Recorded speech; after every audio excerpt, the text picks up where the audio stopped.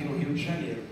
E da outra vez eu contei, não tinha ninguém para eu conversar, não tinha literatura em aberto de saídas do corpo para mim estudar. Eu tive que ir me acostumando devagarzinho com essas experiências. Tentando me entender, eu comecei a ir em vários grupos aqui do Rio. Grupo espírita, grupo de umbanda, grupo de teosofia.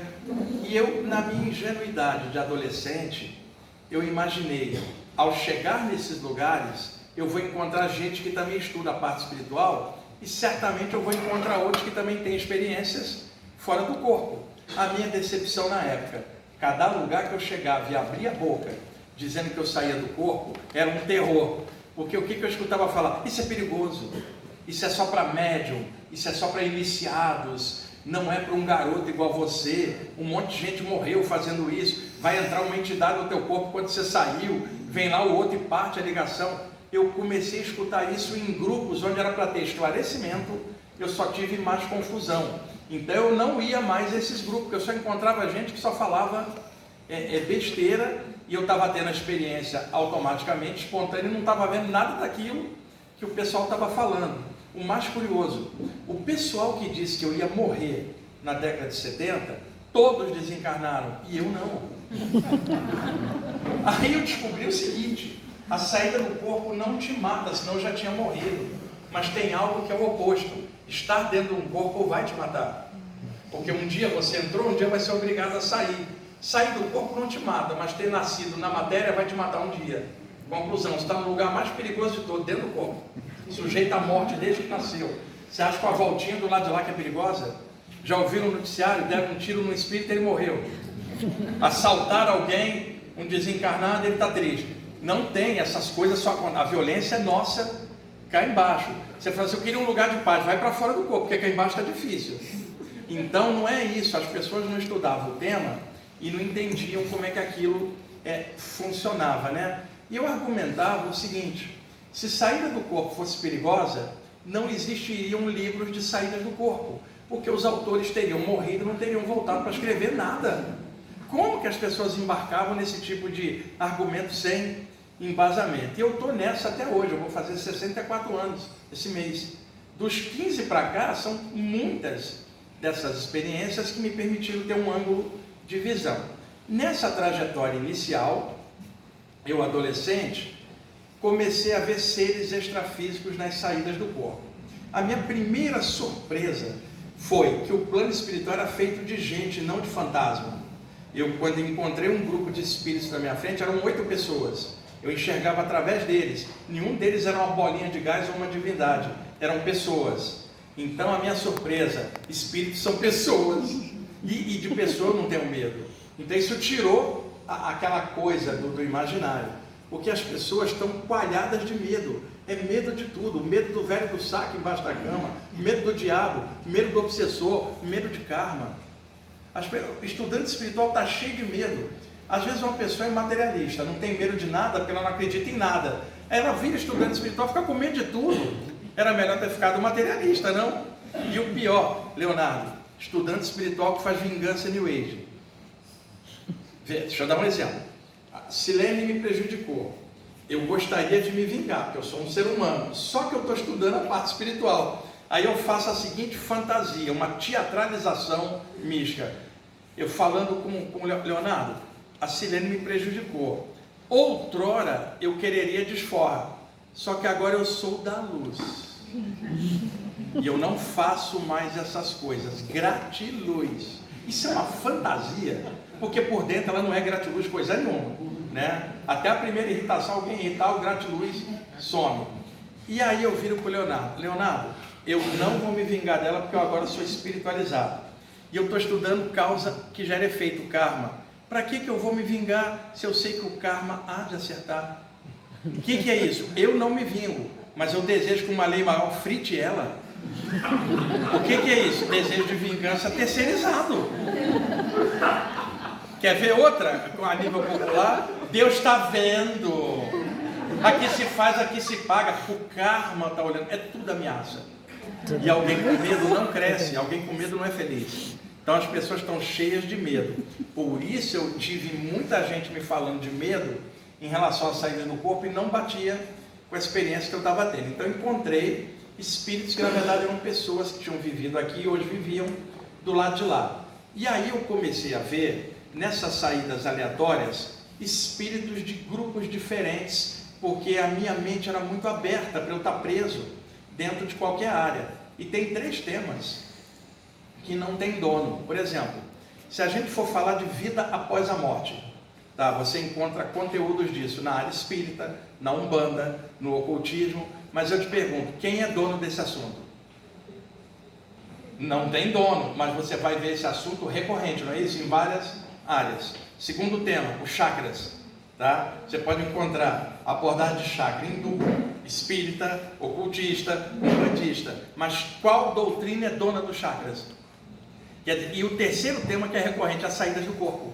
Você encontra as saídas do corpo no espiritismo, na Umbanda, no ocultismo. Quem é que é dono disso? Então, sendo um tema tão recorrente, é natural que na saída a pessoa tenha a tendência de ver o bojo espiritual onde ela frequenta.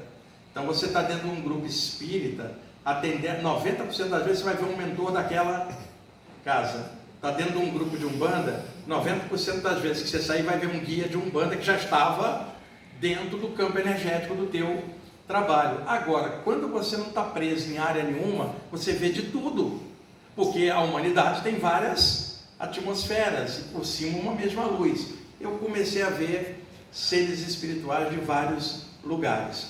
Quando eu tinha 19 anos, eu comecei a dar palestra aqui no Rio. Comecei muito jovem. E aí nessas palestras foi curioso. Estava dando uma palestra num centro espírita e aí lá tinha um umbandista que ia lá também. Ele falou, você não quer ir no meu grupo dar uma palestra? Eu falei, vou. Aí fui para o grupo de Umbanda dar uma palestra. Aí lá tinha um cara que era parapsicólogo, que ia na Umbanda. Você não quer dar uma palestra no meu grupo de parapsicologia? Eu ia lá. Quando eu vi, eu com 19 anos estava dando palestra em tudo quanto era lugar no Rio de Janeiro. Aí eu desenvolvi uma técnica, foi por mim mesmo, intuitiva.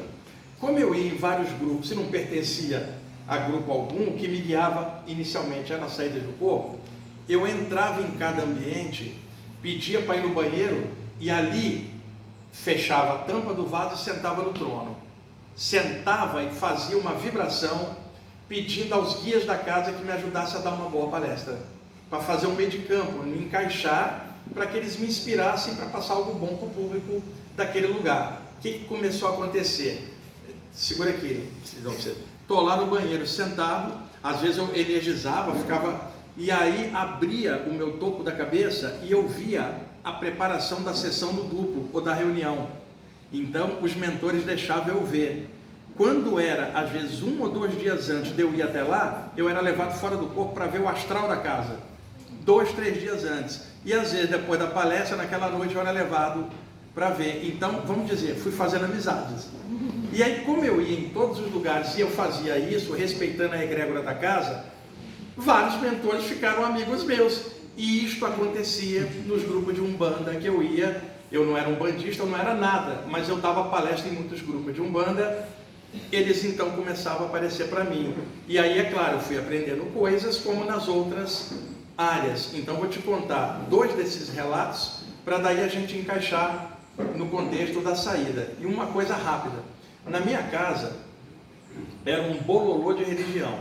Porque quando alguém ouve falar de saída do corpo, a pessoa romantiza, ou leu num livro romantizado, tipo assim, esta pessoa sai do corpo. Será que ela mora no Himalaia?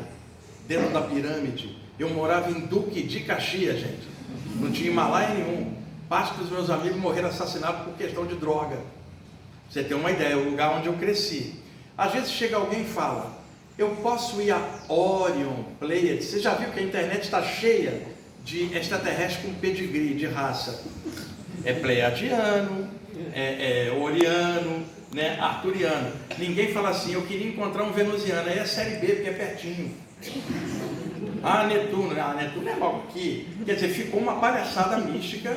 E ao ponto de hoje o pessoal classificar a origem de planeta da pessoa. Você quer ver uma coisa que é pura arrogância? Você tem cara de oriano, você é siriano, você é pleiadiano, isso aqui é exilado de capela. Gente, o ser humano mal se conhece, como é que ele acha que conhece o outro? Quer dizer, conhece mais a vida alheia. E aí alguém fala, e o meu planeta de origem? Não tem planeta de origem, tua origem é a luz, é a de todos. Agora, ao longo de várias vidas, já passou por vários lugares. Qual que é a tua origem? Não é um planeta X ou Y, mas o universo inteiro. Só que o teu ego que é um planetinha de estimação, que nunca é a Terra, é sempre um outro lugar fora daqui. E aí você cospe no prato que você está comendo, que é o plano físico. E fica, eu sou de Ório, não, você é da Terra, e o boleto que você vai pagar vem com o teu endereço da Terra. Não vem com o endereço de players. Né? Porque fica assim, lá era bom. Se lá era bom, você está aqui, por que você não está lá? Porque você foi exilado. Então cala a boca, que é uma vergonha. Porque todo mundo fala, lá é bom, se lá é bom e você não está, qual é a conclusão? Tipo, te degradar, então cala a boca para ninguém saber que você é prisioneiro. Que é uma babaquice você ficar falando que é extraterrestre. Não, você é terrestre no momento, tem um corpo humano, paga boleto aqui e vai fazer cocô no banheiro, e o teu cocô não é rosa e não cheira sândalo. Você imaginou? Fiz cocô oriano, arturiano. Você está no plano físico, né? E aí eu fui me acostumando com ver seres espirituais dentro do contexto da Umbanda. E uma coisa muito legal, como eu tinha a cabeça muito aberta, nenhum dos mentores de Umbanda me pedia para fazer prática de Umbanda. Eu não era um bandista, mas sempre me orientavam com valores de caráter, que era isso que para mim era o que importava. E na minha casa, a minha mãe era evangélica, minha avó católica, meu pai materialista, e 2 irmãos que minha mãe arrastava a força para a igreja. E aí eu contei em casa que eu estava saindo do corpo. Meu pai materialista falou, você está louco, não acredito em nada do que você está falando. Minha mãe evangélica e minha avó católica se odiavam em nome de Jesus. Vocês já viram isso, Boca? Cada uma com a Bíblia na mão se xingando em nome de Jesus. E a minha mãe e minha avó nunca concordavam com nada. Mas no meu caso elas abriram uma exceção. Era a única coisa que elas concordavam, que o garoto está com o diabo. Então, eu cheguei em casa um dia, minha mãe estava com uma tesoura para picotar meus livros, pessoal. E eu já um jovem de 17 anos forte, ela não conseguia me segurar, peguei a Bíblia dela em um facão e falei, se você picotar meu livro, eu vou picotar a tua Bíblia e tacar fogo no farelo. Começa aí que eu vou começar aqui. Ela já não podia me segurar, eu estava forte. Ela sabia que eu ia fazer. Vocês lembram quando vocês eram adolescentes? Um adolescente é marrento, radical, mas o problema era ela, não era eu. Ela sabia que eu ia fazer, largou a tesoura e falou, nunca mais eu toco nessas coisas do capeta. Ok, nunca mais eu toco na tua Bíblia. Estamos acertados? Tá bom, você quer seguir o caminho do diabo? Segue. Olha só, um dia cheguei com um disco do Led Zeppelin, Physical Graffiti, que tem a Cash Me, que é a música do Led que eu mais gosto. E havia um mito, talvez você lembre disso, Leonardo, também, que se você pegasse o disco do Led Zeppelin em vinil e rodasse ao contrário, ele falaria 666, o número da besta. Eu rodei um monte de vezes, não tinha besta nenhuma. E aí depois, na década de 80, acusaram a Xuxa disso. Sempre religiosos fanáticos falam em Jesus e não tem paz com ninguém. E aí eu entro em casa com o disco do Led Zeppelin, minha mãe olha e fala, agora além dos livros, ele está trazendo a trilha sonora do capeta para casa. E por que se falava isso? Porque o Jimmy Page, que era o guitarrista da banda, era dono da maior loja de ocultismo de Londres e adorava o Aleister Crowley. Então daí ficou essa fama que vem de um mito. Pois bem, por que eu estou contando esses detalhes? Eu não seguia religião nenhuma, porque o exemplo de religião que eu tinha era avó e mãe fanáticas e o pai materialista. Então eu não tinha uma referência. Eu fui batizado, porque minha família era católica no início, depois minha mãe virou evangélica. E minha mãe virou evangélica porque meu pai pulou a cerca. Meu pai arranjou uma amante, ela foi reclamar com o padre e o padre tentou salvar o casamento dela. Ele fez o certo do ponto de vista dele, tentar deixar a família junta. Minha mãe se revoltou porque não teve apoio do padre e da noite para o dia virou evangélica de ódio, para se vingar do padre. Então um monte de gente que é religioso por ódio. Da noite para o dia, ela que era católica, batizou a gente, virou evangélica e negava tudo. Aí quis me arrastar para a igreja. Eu falei, você ontem estava numa que você dizia que era certa, agora a outra, você não sabe o que você quer, você não vai me levar junto não. Eu tinha 13 anos, minha mãe passou a me odiar. Meus irmãos eram menores, ela arrastava para a igreja. 15 anos de idade, começa a ter saída do corpo, minha mãe me odiou mais ainda. E levou anos até a gente se acertar, mas ela era o problema. E aí eu comecei a ver esses mentores fora e comecei a me acostumar. Então vou te contar 2 coisas para entrar ali nas imagens. Isso eu já adulto aqui, morando em São Paulo, estou lá há 30 anos. Eu morava num apartamento na estação da Saúde do metrô. Pegando o metrô do sul para o norte, a próxima estação se chama Praça da Árvore, porque ali tinha uma árvore enorme, então tem uma estação de metrô. Eu pegando o metrô aqui é a próxima, então eu morava entre as duas, né? Tinha uma avenida, a Avenida Jabaquara. Um belo dia eu deitei para dormir, quando eu despertei já estava fora do corpo, na Avenida Jabaquara, perto do metrô. Você conhece lá, né, dona? Com uma mão invisível me largando no ar, uns 4 metros no ar, e a avenida embaixo. Era de madrugada, quase não passava carros, estava caindo garoto, e eu acordo ali assim, no ar, com uma mão invisível me deixando, 4 metros, aqui na Saúde, indo na direção da Praça da Árvore, né? Ó, vamos dizer assim, Leonardo, velocidade cruzeiro, aquela coisa. Quando eu fui chegando perto da Praça da Árvore, rolou um fenômeno que eu já vou contar para vocês. Esse bairro da Praça da Árvore tem uma padaria, e eu às vezes comprava algumas coisas nessa padaria, fica bem na avenida de frente para o metrô e a praça. Acontece que no entorno desse bairro tem muita casa de programa sexual, muitos bares, e outra, não estou criticando nada, o mundo é do jeito que é, eu não julgo nada, né? Tem lá, tem, daí, o importante é eu não ir, né? Então, quando é 2 da manhã, 1 da manhã, a galera sai dos programas com as garotas, sai das baladas, todo mundo com fome vai para dentro da padaria. A padaria funciona 24 horas por dia. Gente, 2 da manhã ela está lotada.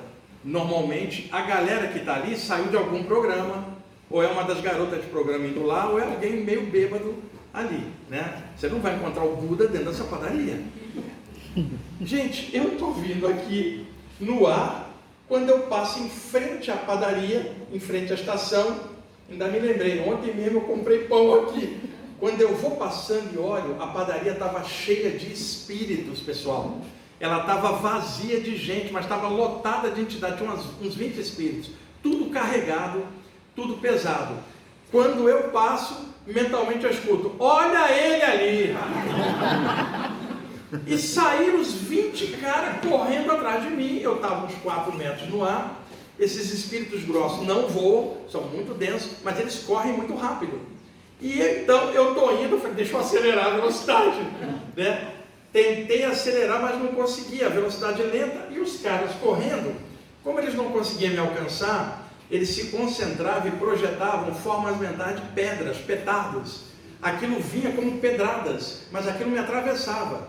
Não é que aquilo me pegava, mas eu sentia uma sensação desagradável, era energia, sabe, mandando pedrada mental. Aí eu escuto, dentro da minha mente, uma voz mental falar assim, porque eu sabia que alguém tinha me deixado, aquela mão invisível. Pensa no nome de Iemanjá 3 vezes no seu chakra frontal. Gente, eu, Iemanjá, Iemanjá, Iemanjá, na mente, tá?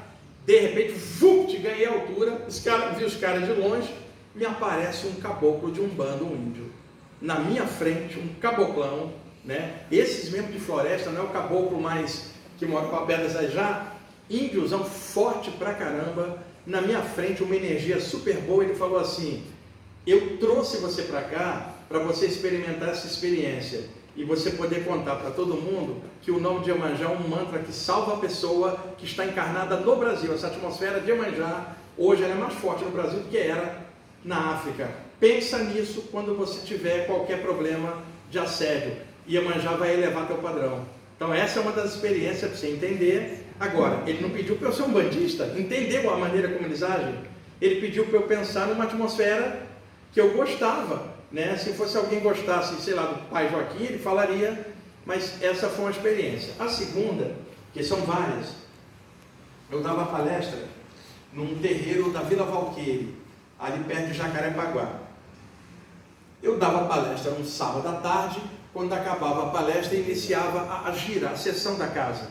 Então, o que eu faço quando eu tenho tempo? Isso pode ser o lugar que eu for. Tem ali um trabalho de cura. Se eu fui dar uma palestra antes, eu não vou embora, eu fico para assistir a sessão e vibrar energia para ajudar, seja lá o lugar onde eu vou, né? Então, dava palestra e ficava para ajudar na sessão.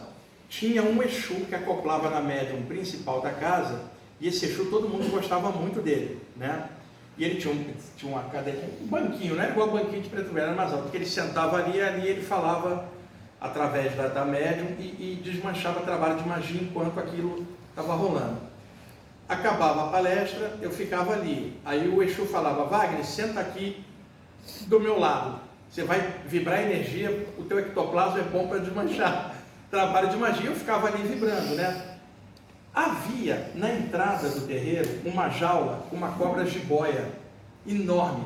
Eles alimentavam a cobra uma vez por semana com ratinhos brancos, que é o alimento natural da cobra, né? Tem gente hoje que gosta de animal, qualquer coisinha já fala mal. Quer dizer, o alimento da cobra é ratinho, a cobra não é do mal. E se o leão comeu a gazela, o leão também não é do mal. Tem gente tão chata a esse ponto. Aí o leão comeu a gazela, você queria que ele fizesse o quê? Então, assim, tem gente que tem motivos bons, mas atitudes chatíssimas em relação ao meio. E aí o pessoal questionava: por que essa cobra? E por que você está alimentando com o ratinho branco? E o Exu falava: é o alimento dela, você quer que eu ponha você na boca dela? O Exu era bem direto, né? E todo mundo perguntava: qual é o segredo dessa cobra? E o Exu, de sacanagem, não, daquele jeitão: é mistério. Não posso falar, só para iniciar. Ele brincava com isso, André. Um dia eu tinha dado a palestra, sentado ali com ele, né? Fala só para mim, seu Exu, eu não conto para ninguém. Ele olhou para mim e falou: você sabe que isso é mistério, mas no seu caso, eu vou abrir uma exceção. Eu vou te explicar o motivo da cobra. Não aqui, vai ser lá em cima no astral. Me aguarde. Passou o tempo, eu me mudei para São Paulo, mas eu vinha e dava palestra aqui nesse terreiro. Eu estou dormindo em São Paulo uma noite e me sinto fora do corpo, mãos invisíveis me puxam até Vila Valqueira, em frações de segundo. Eu me vejo flutuando em cima do terreiro e na minha frente um homem de barba forte, uma energia magnética muito forte, dominava bem, o olhar brilhante, barba, cabelo grisalho, vestindo um manto com uma capa, falou: sou eu. Aí eu comecei a rir, falei: pois é, lá embaixo penso que você é um diabo, e você é uma pessoa que domina energia. Ele falou: pois é, você não queria saber a cobra? Eu vou pagar minha promessa. Olha a jaula lá embaixo. Olhei, a cobra estava enrolada. Olha para baixo o telhado. Quando eu olho, espichada na cumieira da casa, a cobra fora do corpo, o corpo astral da cobra, em cima do duplo da casa. Falou: olha agora, lá na ponta da rua. Eu olhei, tinha um grupo de obsessores. Ele falou: a gente desmancha muito trabalho de magia aqui, e aquela gangue gostaria de atacar o astral da nossa casa. Então, como a gente tem a cobra como animal de poder, isso é a parte xamânica, o animal de poder, ela é a protetora da casa, a gente puxa ela para fora do corpo e deixa ela aqui. Eles não vêm porque eles têm medo da cobra. Eu falei: mas esses caras sabem que são espíritos, se uma cobra vai morder e envenenar eles? Não, eles não sabem. Então a gente usa a cobra para demover qualquer ataque ao animal de poder de proteção da casa. Agora você pode, na próxima palestra, falar para todo mundo: não é mais mistério.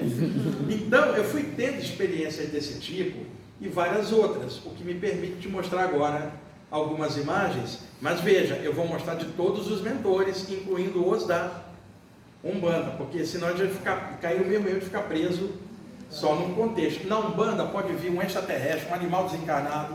A Umbanda, ela tem um leque aberto. Ela não é aquela coisa fechada que muita gente às vezes tenta manter só de um jeito. Então vamos lá para as imagens. Tá dando para acompanhar até aí, gente? Eu deixei mais solto agora no final.